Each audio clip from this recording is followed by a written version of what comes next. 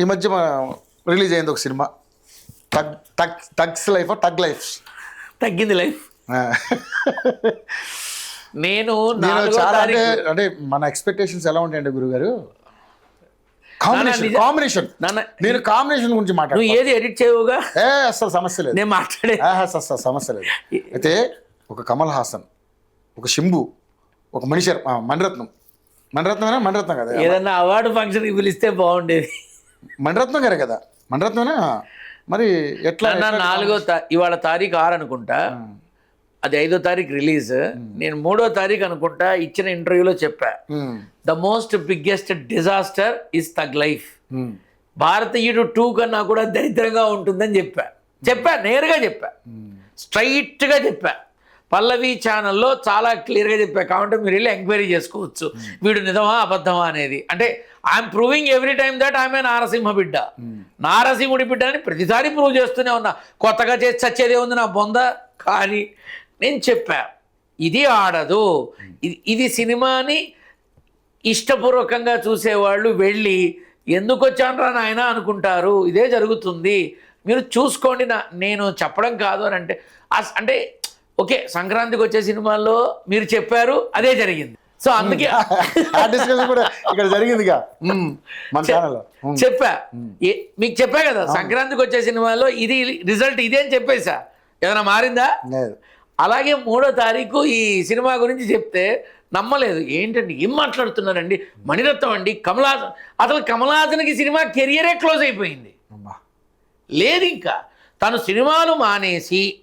సినిమాలు పూర్తిగా మానేసి చక్కగా తిని ఆరోగ్యాన్ని బాగు చేసుకుంటూ మంచిగా ఒక consultant of the great artist for film institutes వాటికి ఎలా ఉంటే బాగుంటుంది. రాజకీయంగా వెళ్ళినా కూడా నెక్స్ట్ మినిట్లో వెనక్కి లాక్కొస్తారు. రాజకీయ పార్టీ పెడతానని చెప్పేసి పెట్టలేకపోయారు కదా. నేను రాజకీయ పార్టీ పెడుతున్నా ఎందుకు అడుక్కు తినడానికా అన్న.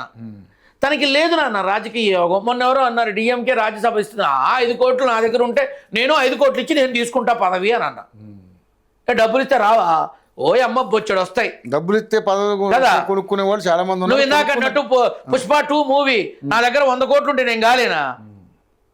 ఇది డబ్బుతోనే కూడుకుంటుంది రాజకీయం, వేరే అందరికీ తెలుసు. కానీ ఈ ముండా కొడుకు మాట్లాడి వస్తాడు, అంతే తేడా. నేను చెప్పాను, రాజకీయ పరంగా ఒకవేళ రాజ్యసభ సీటు ఇచ్చినా తప్పనిసరి పరిస్థితుల్లో విత్డ్రా అవ్వాల్సిన కర్మ ఏర్పడుతుంది కమల్ హాసన్కి. ఉండదు. నన్ను ఒక్క మాట చెప్పు, ఇప్పటికి నేను దాదాపు 150-200 సార్లు చూసుంటా నాయకుడు సినిమా, కమల్ హాసన్ నాయకుడు కదా. అదే సినిమా నువ్వు ఇప్పుడు తీసావు,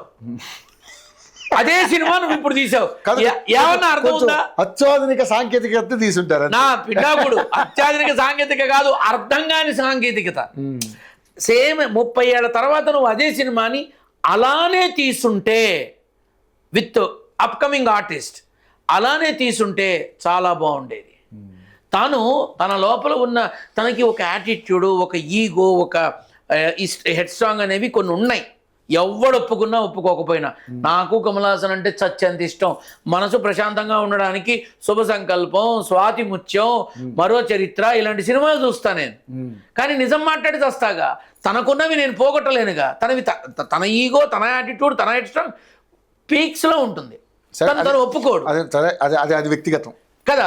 అయితే అదే సినిమా నువ్వు తీసుంటే బాగుండేది. ఏది అసలు నిన్న నాకు ఎంతమంది ఫోన్లు, గురుగారు మీరు అన్నది కరెక్ట్ గురుగారు, ఏంటంటే మేము ఎక్కడికి వెళ్ళామో అర్థం కాలేదు. చిన్న వాళ్ళ పిల్లలు ఏదో ఆడతారంట ఇట్లా వీడియో గేమ్స్ లాగా, ఆ వాడు రావటం వీడి పోవటం, ఆ సినిమా అట్టనే ఉంది గురుగారు. ఏం అర్థం కాలేదు గురుగారు. అసలు నిజంగా ఈ మధ్య వచ్చే సినిమాలన్నీ కూడా అట్లనే ఉన్నాయి. అంతే. ఇప్పుడు ఒక కైండ్ ఆఫ్, నాకు తెలిసి ఈ మధ్య కాలంలో ఒక మాట చెప్పండి, సినిమా ఒకటి మంచి బాగా అనిపించింది. ఎస్, కేజీఎఫ్ సినిమా చూసి అందరూ డార్క్ ఫ్లేమ్ లో తీస్తున్నారు. ఎందుకు వచ్చింది అంటే హరిహర వీరమల కూడా. నాకు ఒకటి అంటే నా అభిప్రాయం ఇది, ఆ కేజీఎఫ్ ఎవరికి నచ్చింది సార్? నాకు ఎట్లా నచ్చిందో నాకు అర్థం కావట్లేదు. నాన్న వైట్ గా ఉండి చూసి బోర్ కొట్టింది, అందుకే బ్లాక్ షేడ్ లో తీశారు ఆ సినిమా. ఓకే, అయిపోయిందా? ఇప్పుడు సాహోనా అదేదో సినిమా ప్రభాస్ది, అందులో సలార్, అందులో కార్లు ఎలా అయితే ఉంటాయో ఇప్పుడు బయట కార్ల డిజైన్ అట్లా ఉండి వస్తుంది. అది ఇది ఏది మీరు అన్నది సాగు కాదు, మొన్న వచ్చింది ఏంటది సలారే. అదే ఆ కార్ల స్టైల్లో ఇప్పుడు బయట కార్లు వచ్చి వస్తున్నాయి మోడల్. ఒక ఆటో వచ్చి చక్కగా నేరుగా లిఫ్ట్ టు లిఫ్ట్ క్లిసిస్తే పరిస్థితి ఏంటి? పాతవంటే బాగుపడతాయి, ఇవి కొన్ని లక్షల్లో అవుతాయి. This is the kind of imitation gold లాగా. ఇమిటేషన్ గోల్డ్ లాగా అన్ని ఇమిటేషనే, ఏది రియాలిటీ లేదు. ఆదిపురుష్ తీశారు సార్ మామూలుగా, అంతకుముందు సంపూర్ణ రామాయణం తీశారు. సంపూర్ణ రామాయణానికి ఆదిపురుషుకి ఏమైనా సంబంధం ఉందా?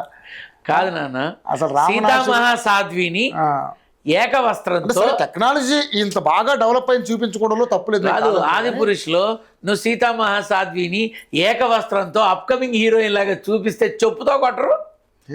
అందుకని చెప్పుతో కొట్టకుండా సినిమా చెత్తలోకి వెళ్ళిపోయింది. ఆదిపురుష్ కాబట్టి నేనేనా ఇలాంటి వందల వేల కోట్లు ఖర్చు పెడుతున్నారు, సినిమాలు ఆడట్లేదు, బయ్యర్లు ప్రొడ్యూసర్లు చాలా ఇబ్బంది పడుతున్నారు. మరి వాళ్ళు అలా కాదు, వాళ్ళు రీల్స్ తీసి వాళ్ళ అన్నదానాల్ని ఆ వస్త్రదానాల్ని రీల్స్ తీసి వీడియోలో పెడతారు కదా. మరి ఆ డబ్బంతా వేస్ట్ అయ్యే బదులు ఇలాంటి మంచి మంచి కార్యక్రమాలు ఉపయోగించవచ్చుగా, పిల్లల్ని చదివించవచ్చుగా, పెళ్ళిళ్ళు చేయడానికి సూత్రాలు ఇవ్వచ్చుగా, అన్నం లేని వాళ్ళకి అన్నం పెట్టచ్చుగా, ఒక పర్మనెంట్గా ఏర్పాటు చేయొచ్చుగా. చెయ్యరు. రైట్, వాళ్ళు మాత్రమే బాగుపడాలి. నాన్న సినిమా ఇండస్ట్రీలో కేవలం 5-6 కుటుంబాలు తప్ప ఎవరు నాన్న ప్రతి నెల కోట్లలో వడ్డీలు తీసుకుంటోంది? ఎంతమందికి ఉన్నాయి నాన్న అన్నేసి ఆస్తులు? లేవు నాన్న. తెలుగు ఇండస్ట్రీలో, సినిమా ఇండస్ట్రీలో అన్నపానీయాలకి లేని వాళ్ళు, ఎప్పుడు ఆఫర్ వస్తుందా అని కృష్ణానగర్, బావర్చి, చౌరస్తాలో బస్సు వస్తే వెళ్ళి ఎక్కుదాం, 1000 వచ్చినా 2000 వచ్చినా చాలు అని అనుకునే వాళ్ళు ఎంతమంది ఉన్నారు?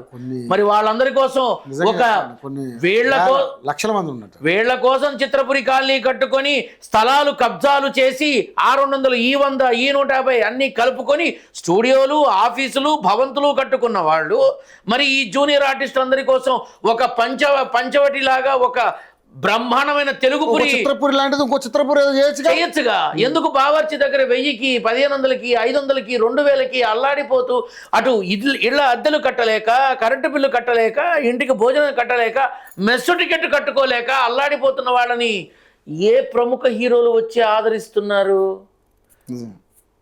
ఇది మీ మాధ్యమం ద్వారా ఇంతవరకు ఎవరికి మాట్లాడాల, ఎక్కడా మాట్లాడాల, మీకే మాట్లాడుతున్నా. మీ మాధ్యమం ద్వారా అడుగుతున్నా.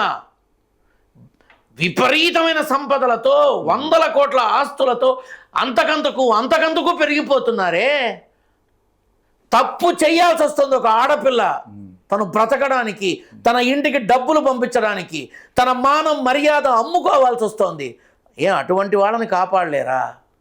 అటువంటి వాళ్ళని ఎరా నాన్న ఉద్యోగం చేస్తున్నానమ్మా, బ్రహ్మాండమైన ఉద్యోగం, ఏం పర్లేదు నీకు డబ్బులు పంపిస్తా అని అంటాడు. వీడు సినిమా పిచ్చితో ఇక్కడ సినిమా వేషాల కోసం పిచ్చి కుక్కలా తిరుగుతాడు. రాత్రిపూట బిర్యానీ ప్లేట్లు కడుగుతూ ఆ డబ్బులన్నీ కలెక్ట్ చేసి ప్రతి నెల 5000 వాళ్ళ ఇంటికి పంపిస్తున్నాడు.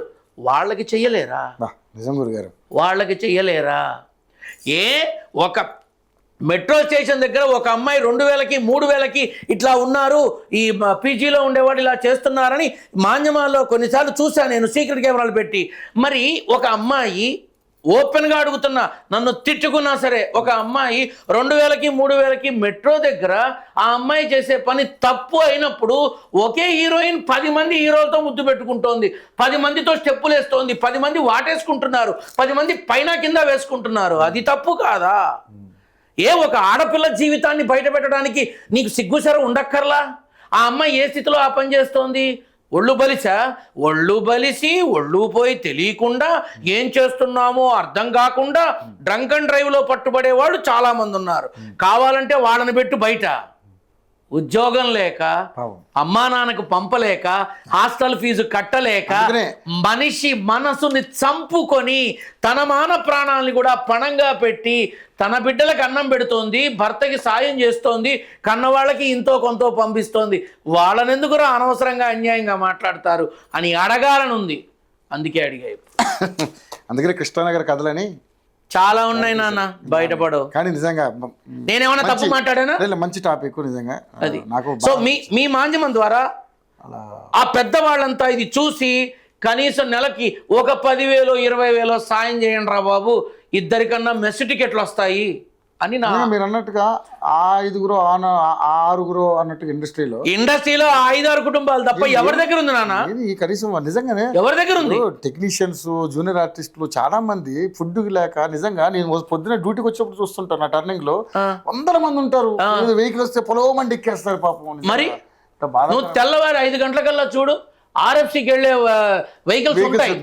ఆ వెహికల్ వస్తే అన్నా మమ్మల్ని తీసుకెళ్ళవా అన్నా, ఏంటి అక్కడికి వెళ్తే టిఫిన్ ఉంటుంది, భోజనం ఉంటుంది, టీ ఉంటుంది, ఓ 1000-500 వస్తాయి. ఏంటన్నా ఆ 500తో కూరలు, బియ్యము, పెరుగు, పాలు తీసుకొని కొంపకెళ్తారు.